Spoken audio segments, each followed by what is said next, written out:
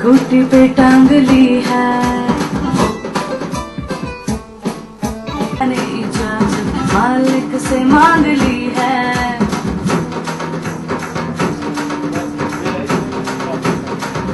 हो एक लाज की चुनरिया। पंकज वो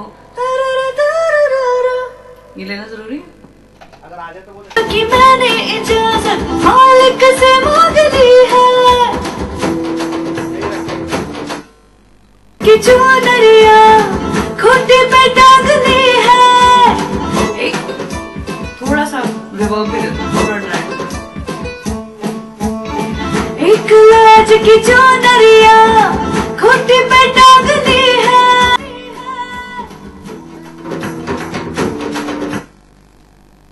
यहाँ पे ब्रेथ लेने की जगह नहीं है ना मालिक से।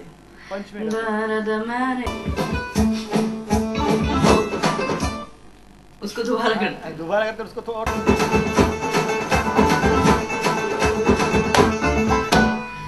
एक लाज की चुनरिया खूंटी पे टांगनी है। एक ये लास्ट। एक लाज की चुनरिया खूंटी पे टांगनी है। मानो एक लाज की चुनरिया खूंटी पे टांगनी है।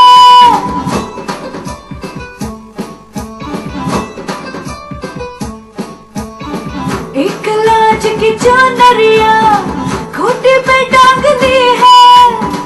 एक पाप की मैंने इजाजत मालिक से मांग ली है। लाज की चुनरिया खूंटी पे टांगनी है। एक पाप की मैंने इजाजत एक पाप की मैंने इजाजत मालिक से मांग ली है। सुनते एक लाज की चुनरिया खूंटी पे टांगनी है। मैंने इजाजत मालिक से मांग ली है। इसको भी करना है पूरा गाना कराएगा both the lines.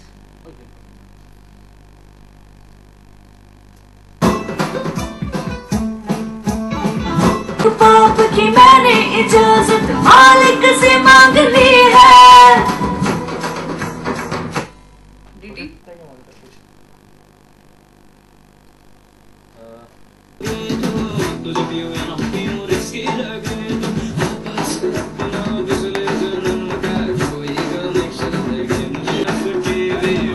K top up करा ले, रिचार्ज कर दूंगी मैं तुझे। ये ना नजरे मिला के टॉप अप करा ले, रिचार्ज कर दूंगी। वेल ये जो गाना है चंद्रमुखी बहुत ही कैची सॉन्ग है।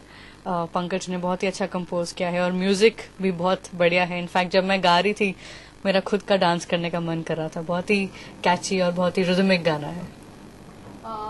ये मराठी फिल्म के लिए है लेकिन मराठी वर्ड्स काफी कम है इसमें। आपकी कुछ ऐसी मांग थी कि अगर मराठी के लिए गा रही हो तो ज्यादा मराठी गाना ज्यादा पसंद करेगी, जो आजकल हिंदी सिंगर ज्यादा करते हैं? नहीं, ऐसी मेरी कोई डिमांड नहीं थी। आई थिंक डिमांड जो सबसे ज्यादा इम्पोर्टेंट होती है वो है फिल्म की सिचुएशन की, कि फिल्म में क्या सिचुएशन है और क्या चीज ज्यादा कैची साउंड कर रही है, क्या किस चीज की ज्यादा मास अपील है, ताकि ज्यादा लोग समझ पाए।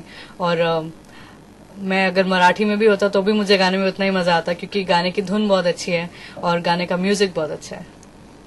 म्यूजिक के बारे में जैसे आपने भी बोला, क्या कहेंगे म्यूजिक के बारे में, पंकज के बारे में एज अ म्यूजिक डायरेक्टर कैसे?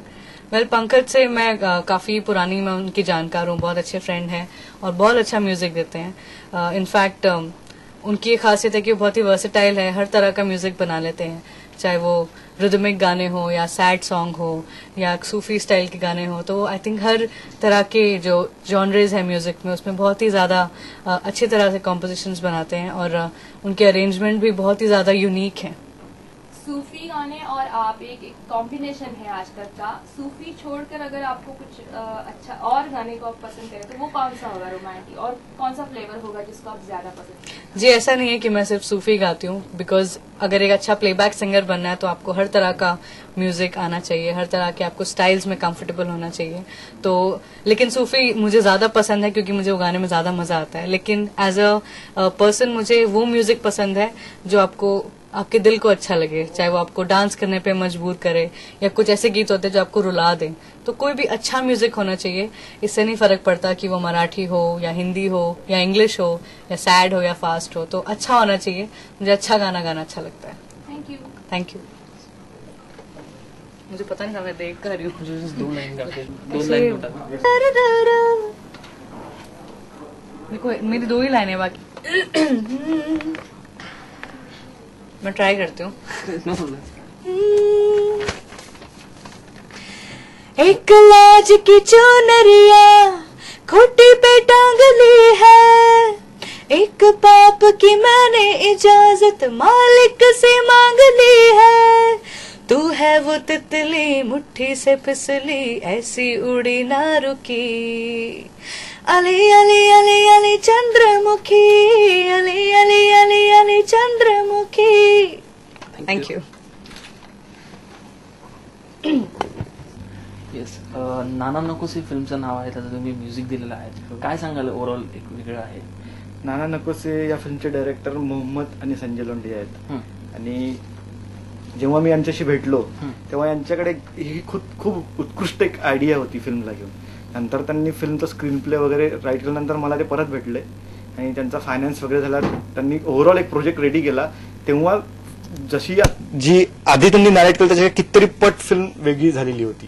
त्या फिल्मची खासियत हीच आहे की ही एक फॅन्टसी फिल्म आहे, पण फॅन्टसी ड्रामा आहे. आतापर्यंत मराठीमध्ये फॅन्टसी कॉमेडी झाली आहे. या फिल्मची खासियत हीच आहे की ही फॅन्टसी ड्रामा फिल्म आहे. आणि यामध्ये लीड रोलमध्ये भरत जाधव आहे आणि केदार शिंदे आहेत, केदार आहेत आणि आदिनाथ आहे. या फिल्मचे खास वैशिष्ट्य आहे. टोटल किती गाणी आहेत आणि कोण कोण गायक गायिका काय आहेत त्यांच्याबद्दल? या फिल्ममध्ये टोटल 4 गाणी आहेत. आम्ही आजच या फिल्मचं 4थं गाणं रेकॉर्ड केलं, आयटम सॉन्ग होतं. याच्यामध्ये फर्स्ट सॉन्ग आहे ते नानाची एंट्री या नावानी आहे. तर त्यामध्ये नानाचं इंट्रोडक्शन म्हणून ते सॉन्ग आहे. छोटंसं सॉन्ग आहे, 1.5 मिनिटाचं आहे. त्याच्यानंतर एक रोमॅन्टिक सॉन्ग आहे आणि एक सॅड सॉन्ग आहे आणि आत्ता एक आम्ही आयटम सॉन्ग केलं. हर्षदीप कौर जे आहेत त्यांच्यावर तुम्ही हे गाणं केलेलं आहे, तर त्यांच्याबद्दलचा अनुभव काय सांगाल? एक वेगळं म्हणजे हर्षदीप कौर खूप छान सिंगर आहे. ऍक्च्युली हर्षदीप कौर ही सुफी सिंगर आहे, पण तिने आत्ता लेटेस्टमध्ये रॉकस्टार वगैरे मध्ये गाऊन तिची वेगळीच छबी निर्माण केली आहे आम लोकांमध्ये. तर त्याच्यामुळे आम्ही असं ठरवलं की पहिले सुनिधीकडनं गाऊन घ्यायचं, पण त्यानंतर मला हर्षदीपचं जास्त क्लिक झालं तर मी हर्षदीपकडनं गाणं रेकॉर्ड करतो. त्यांच्याबरोबरचा अनुभव कसा होता ओव्हरऑल? हर्षदीप बरोबर याच्याआधी आम्ही 1-2 प्रोजेक्ट्समध्ये बरोबर काम केलंय, तेव्हा ती जरा वेगळीच होती आणि आता जरा ती वेगळी, त्याच्यामुळे खूप कॉन्फिडन्स आलाय. त्याच्यामुळे खूप छान वाटली काम करून. Okay, thank you. थँक्यू. नाना नकोसे या आगामी चित्रपटासाठी तू प्लेबॅक सिंगिंग करतोस, काय सांगशील या फिल्म बद्दल आणि तुझा अनुभव कसा होता? पहिले तर माझा हा पहिला ब्रेक आहे फिल्म मधला, त्याच्यामुळे खूप छान वाटतंय आणि फिल्मचा अनुभव खूप छान आहे. आणि म्युझिक पंकज दादांनी केलंय, पंकज पडगन यांनी, तर खूप छान वाटतंय. आणि मी जे गाणं गायलो ते एक आयटम सॉन्ग आहे, सो त्याच्यामुळे खूप मजा आली गाताना आणि रेकॉर्ड करताना सुद्धा.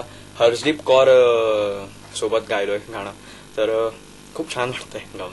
कसा होता ओव्हरऑल तुझा एक्सपिरियन्स त्यांच्यावर म्हणजे काम करण्याचा, हर्षदीप कौरच्या बरोबर? अनुभव खूप छान होता. खूप चांगल्या सिंगर आहेत.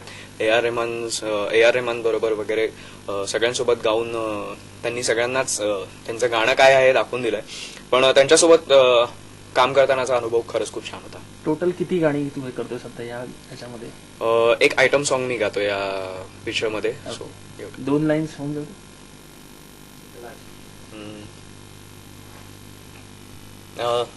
पहिल्या 2 लाईन फिमेल्स आहेत, म्हणजे हर्षदीप कौरच्या आहेत, तर त्या सुद्धा. एक लाज की चुनरिया खूंटी पे टांग दी है, एक पाप की मैंने इजाजत मालिक से मांग ली है, तू है वो तितली मुट्ठी से फिसली ऐसी उड़ी ना रुकी, अली अली अली अली चंद्रमुखी, अली अली अली अली चंद्रमुखी, अली रे अली रे अली रे अली रे चंद्रमुखी, अली अली चंद्रमुखी. होय. थँक्यू. थँक्यू. थँक्यू.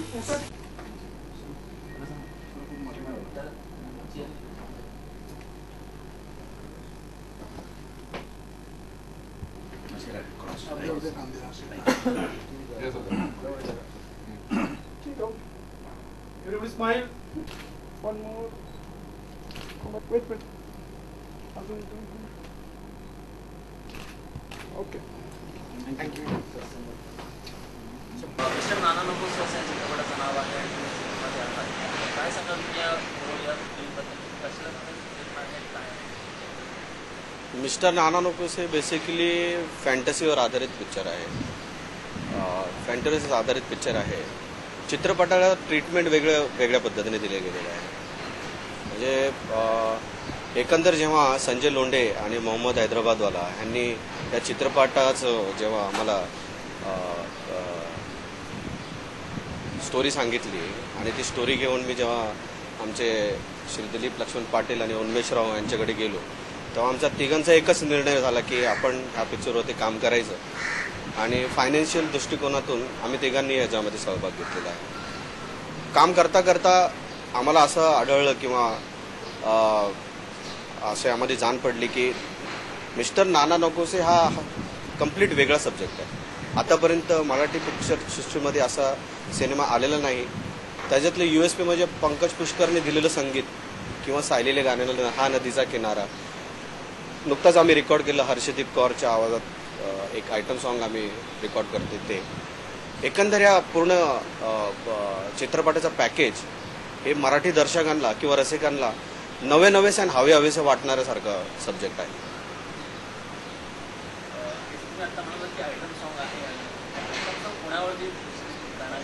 अजून ते ठरवायचं आहे आणि त्याचा कॉल आम्ही तिघे आणि संजय लोंढे एकत्र घेऊच आणि ते पण मीडियासमोर आणूच. पण काहीतरी चांगलं पिक्चरमध्ये वल्गरिटी नाही आहे, फाजीलपणा नाही आहे.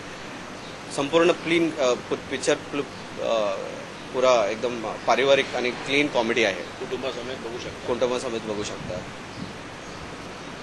तर त्या दृष्टिकोनातून